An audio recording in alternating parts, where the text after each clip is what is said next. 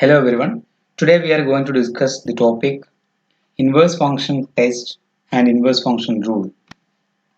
Let us first discuss inverse function test.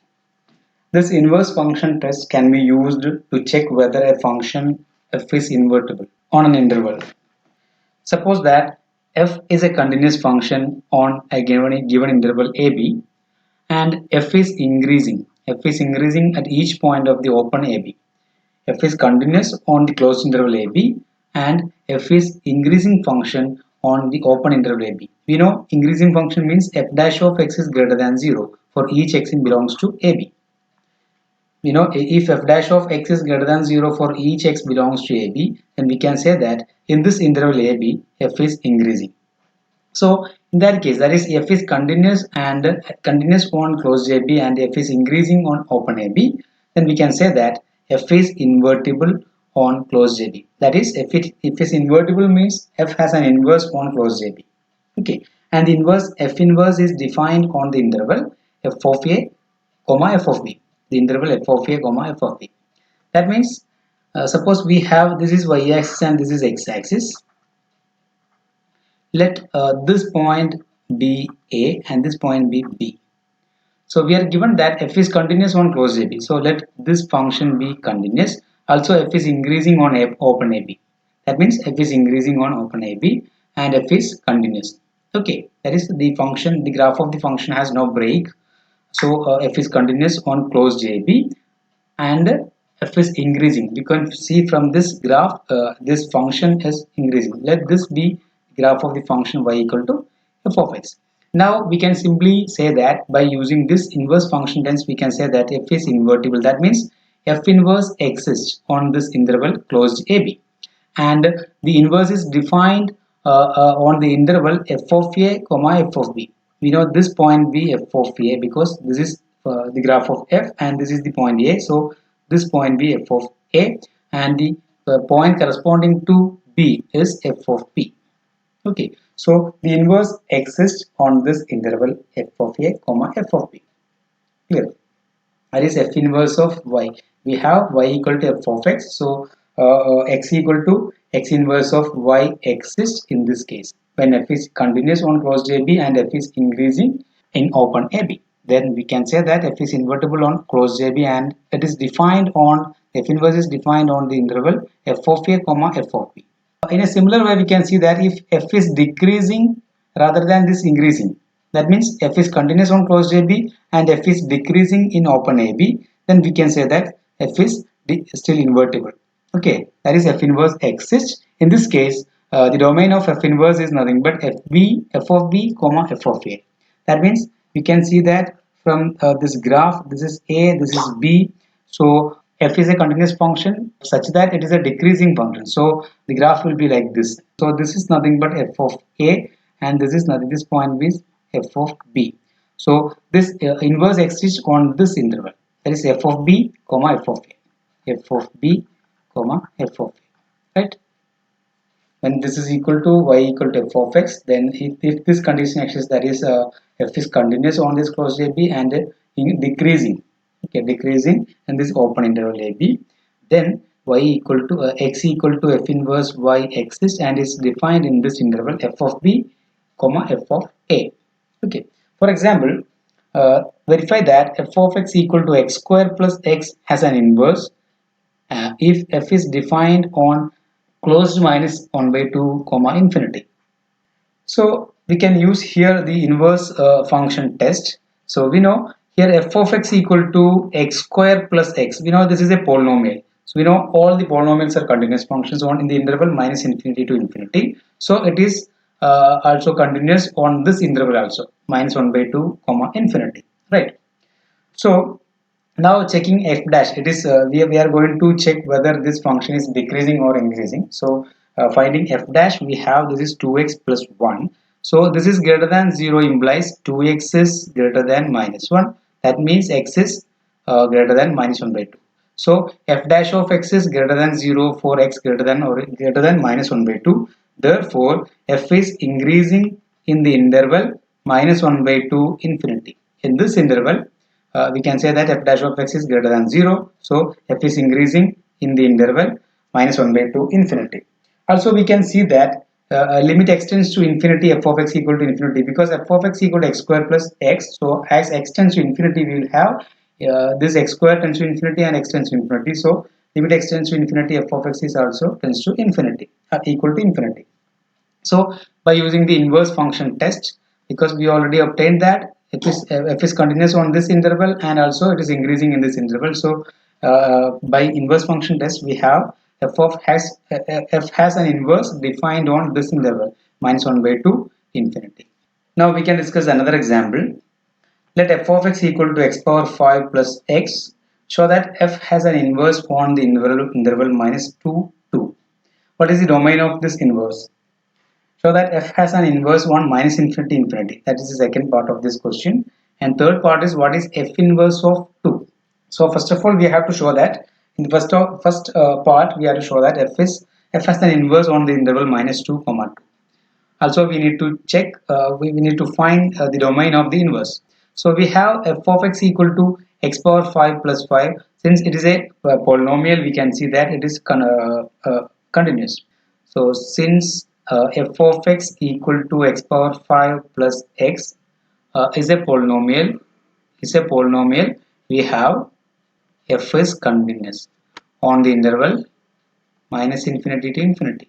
Therefore, we can see that it is continuous on this interval minus 2 comma 2. Therefore, f is continuous on minus 2 comma 2 also. Also, f dash of x is equal to 5 into x power 4 plus 1. That is the derivative of x power 5 plus x, which is also greater than 0. Because here the power of x is x power 4. So if you are taking any real number for x, then it will be greater than 0. X power 4 will be greater than 0. So 5x power 4 plus 1 is greater than 0. So we can say that f is an increasing function. Therefore f is increasing in the interval minus 2 comma 2 also. Okay. Actually this is f dash of x is greater than 0 for all x belongs to R, or for all x belongs to minus infinity infinity. So it is increasing in from minus infinity to infinity. So we can see that f is increasing in minus 2 comma 2 also. So by inverse function test, we can see that f is invertible on minus 2 comma 2. Now, what is the domain of inverse this function on this interval? Here, the interval is minus 2 comma 2. So we know since it is an increasing function on this interval, we can see that the domain will be f of minus 2 comma f of 2. Okay, f of minus 2 is nothing but minus 2 power 5 plus minus 2, that is minus 34. Because f of minus 2 equal to minus 2 power 5 plus minus 2. You know, this is minus 2 power 5 is minus 32 minus 2, it is minus 34, right? So this is minus 34. Also f of 2 is nothing but 2 power 5 plus 2, that is 34 itself. So the domain of f inverse on this interval minus 2 comma 2 is nothing but minus 34 comma 34. Now also, now second one, show that f has an inverse on minus infinity infinity. We already discussed that f dash of x is f of x is continuous since it is a polynomial. It is continuous on this interval minus infinity infinity. Also we have f dash of x is equal to 5x power 4 plus 1, which is greater than 0 for all x belongs to minus infinity infinity. So f is increasing on minus infinity infinity. Also we have f takes arbitrary large positive and negative values as x varies over minus infinity infinity. That is, as x tends to minus infinity, we have f of x tends to minus infinity, because f of x equal to x power 5 plus x. Also as x tends to infinity, we have this f of x tends to infinity. So by the intermediate value theorem, f takes all the values in between. So the domain of f inverse is minus infinity comma infinity.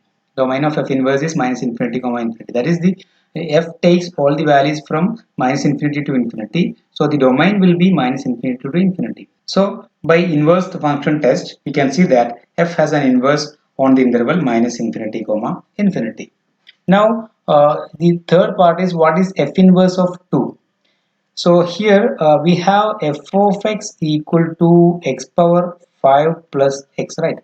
X power 5 plus x. So from this we cannot find an explicit formula for inverse of f.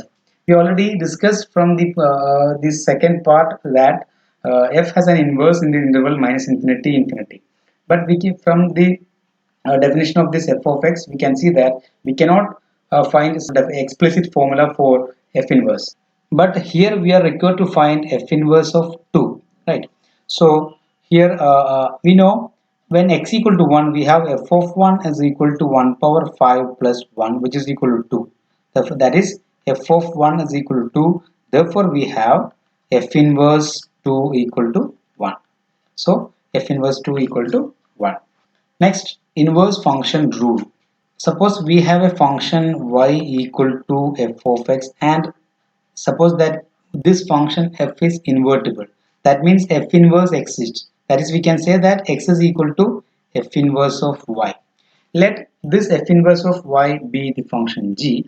That is, g of y equal to f inverse of y.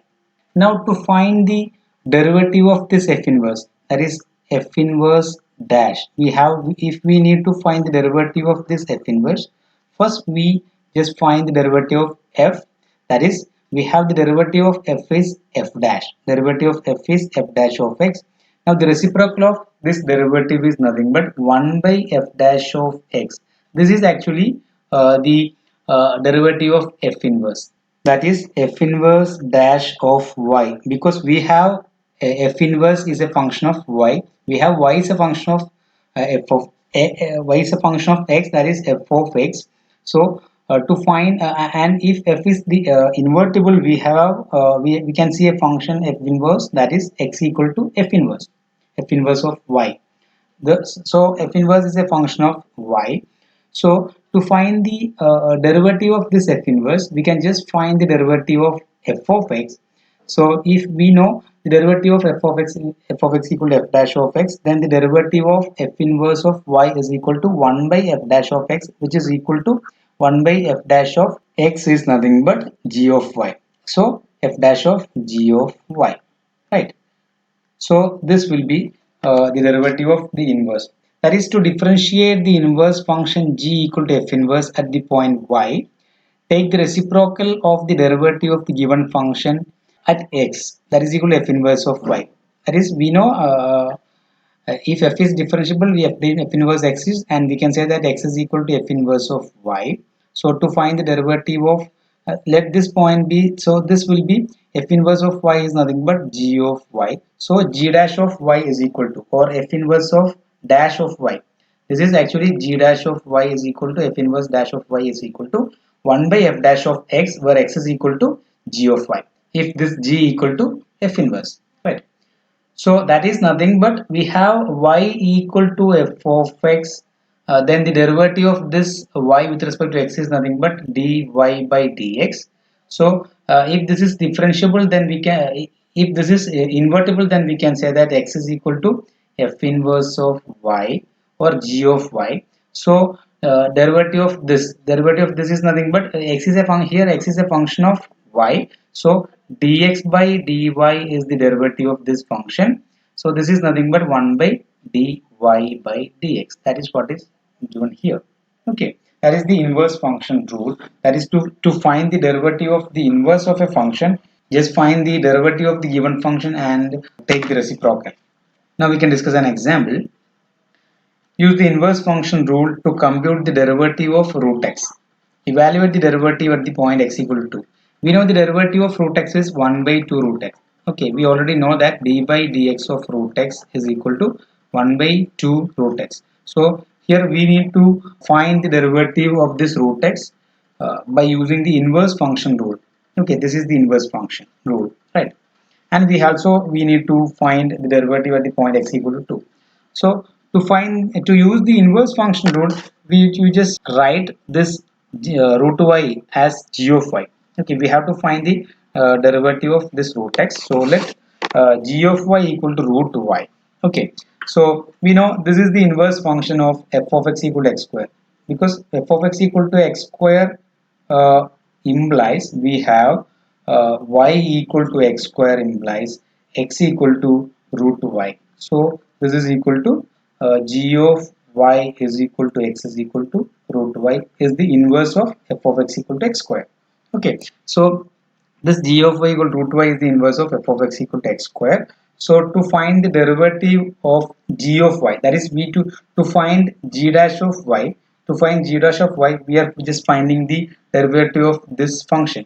That is f dash of x is equal to 2x. So g dash of y is equal to, by inverse function rule,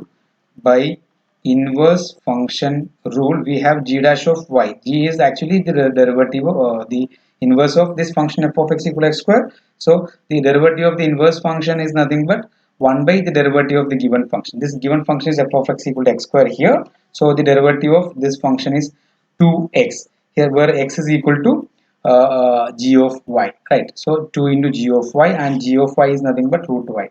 So 2 into root y, 1 by 2 into root y will be the derivative of g dash y.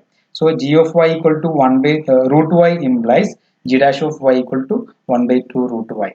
Okay, so d by dy of root y is equal to 1 by 2 root y. Clear? So actually we need to find the derivative of root x. So we can just substitute any letter for this y. So if you are replacing this y by x, we have d by dx of root x is equal to 1 by 2 root x. 1 by 2 root x. Right.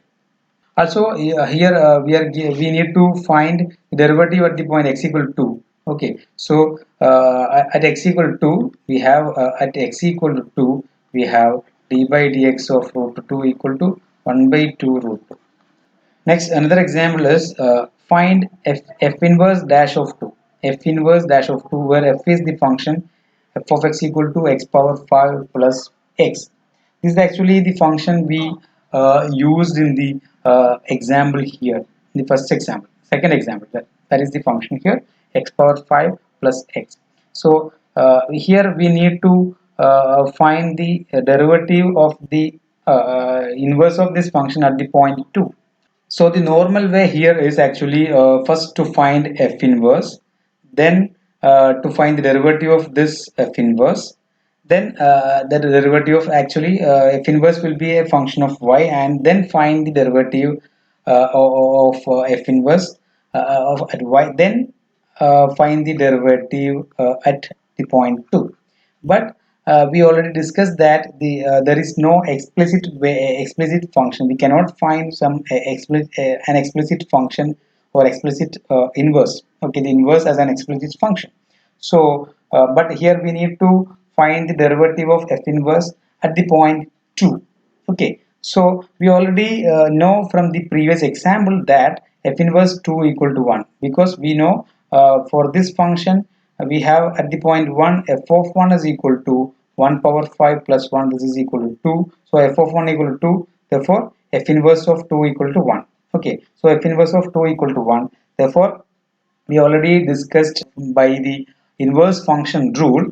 By inverse function rule, we have f inverse dash of 2, that is the derivative of the inverse function at the point 2 is nothing but 1 by f dash of 1, because we have f of 1 is equal to 2, therefore we have f inverse of 2 equal to 1, therefore f inverse of dash of 2 is equal to 1 by f dash at 1. So to find f dash of 1, first we have to find f dash of x. We know f of x equal to x power 5 plus x. Therefore f dash of x equal to 5x power 4 plus 1. Therefore f dash of 1 is equal to 5 into 1 power 4 plus 1, that is 6. So f inverse dash of 2, that is the derivative of f inverse at the point 2 is nothing but 1 by f dash of 1, that is from the equation 1 we have f inverse dash of 2 equal to 1 by 6. Okay.